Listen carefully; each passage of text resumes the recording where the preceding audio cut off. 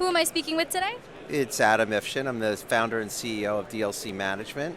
We're a large owner and redeveloper and value creator in the open air retail space. Cool. And Adam, what are you most excited for at ICSC this year? So since I chaired this show about 10 years ago, and then we went years without being able to have it because of COVID, I love the fact that the industry is all back together, and that the reality is that open air retail is totally in the ascendancy. The war is over, finally. The store won. The store is now clearly the absolute most important part of a retailer's ecosystem, omni-channel ecosystem, in terms of delivering goods to the consumer efficiently, affordably, quickly, and right, so that they're minimizing, the holy grail of cost for retailers, which is returns. The caliber and the quality of retailers right now, what they're delivering to tenants, and their willingness and desire to do, partner with people like us, is really the big driver right now for us. And certainly for this particular event, that's the big driver. What are your predictions on retail in 2023?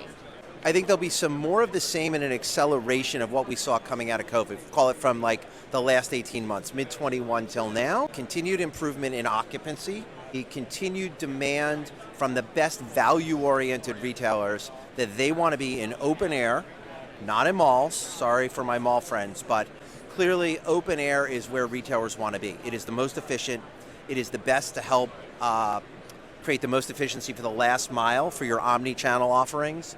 It is the best way to help rationalize returns, which are so expensive. And I think what you're going to see is you're going to see increased demand for existing open air retail space.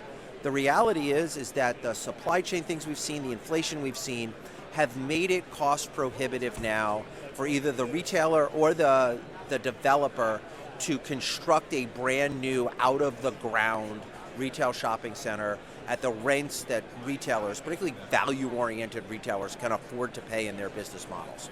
So what I think is going to happen is you're going to see pressure on occupancy upward in a good way. You are going to see continued increasing growing demand of retailers coming out of malls, adding to that. So in addition to the Rosses, the Burlington, the Five Belows, the dollar stores, the grocers, et cetera, who've always excelled in open air space, they are now being joined. I mean, we're doing a partial redevelopment in a center in the Midwest right now, and yes, Old Navy is coming to the center. Yes, Harbor Freight is coming to the center, but they are being met in the center by a host of tenants who are coming out of a mall that is really struggling, and that's the combination of what's generating the merchandising mix. We're seeing retailers increasingly say that markets that were not target markets for them in the past are target markets for them now, because there are no more options and there are no more white space opportunities in primary markets. So we're seeing lots and lots of retailers get really focused and really open-minded about how do I go to a secondary or tertiary market that I might have passed over before because I can still do a rent deal that works there, and lo and behold, there's sales opportunity that I'm missing there. The flip side of that is in the best markets, those retailers now are facing the fact that they're going to have to pay much higher rents, and they are paying those much higher rents because the open air is offering them so much more than just square footage to sell out of. It is offering them undeniably the best way to fulfill close to the customer. So the combination of that is opening the door in your densest markets for tenants to be able to pay more money and take the space that they want to take. How is technology influencing customers' retail experience strategy? There is so much going on right now at the intersection of the retailer seeking to improve the customer's experience in so many ways in the store. And not only in the store, but in the intersection between the store and that online. So if you order in advance, what's that experience when you come to the store? I'll give you an example. I took my 20-month-old grandson with me to do some site tours and a little bit of Christmas shopping for my wife over the weekend, last weekend. And we went to two Target stores, a brand new Target store, which regrettably did not have what we were looking for. So we went online on our phone, and we ordered it, and it was going to be ready at another Target store a couple of hours later. not that far away. So we went and did something else, then we went over to this other Target store, which is in downtown White Plains, not easy to access, not easy to get to, super busy. A young sales associate came up to us before we even got on the line for pickup, and she comes to us with a handheld that looks like a phone, but it's actually a handheld device that's tied to their inventory system. And she's like, take out your ID, and she swipes my ID, my driver's license, and she goes, I'll be right back. And she comes back, and she calls me by my first name, and she says, here's your order. And it's all because, A, she was a dynamite sales. She wasn't selling me anything. She was a dynamite associate for Target.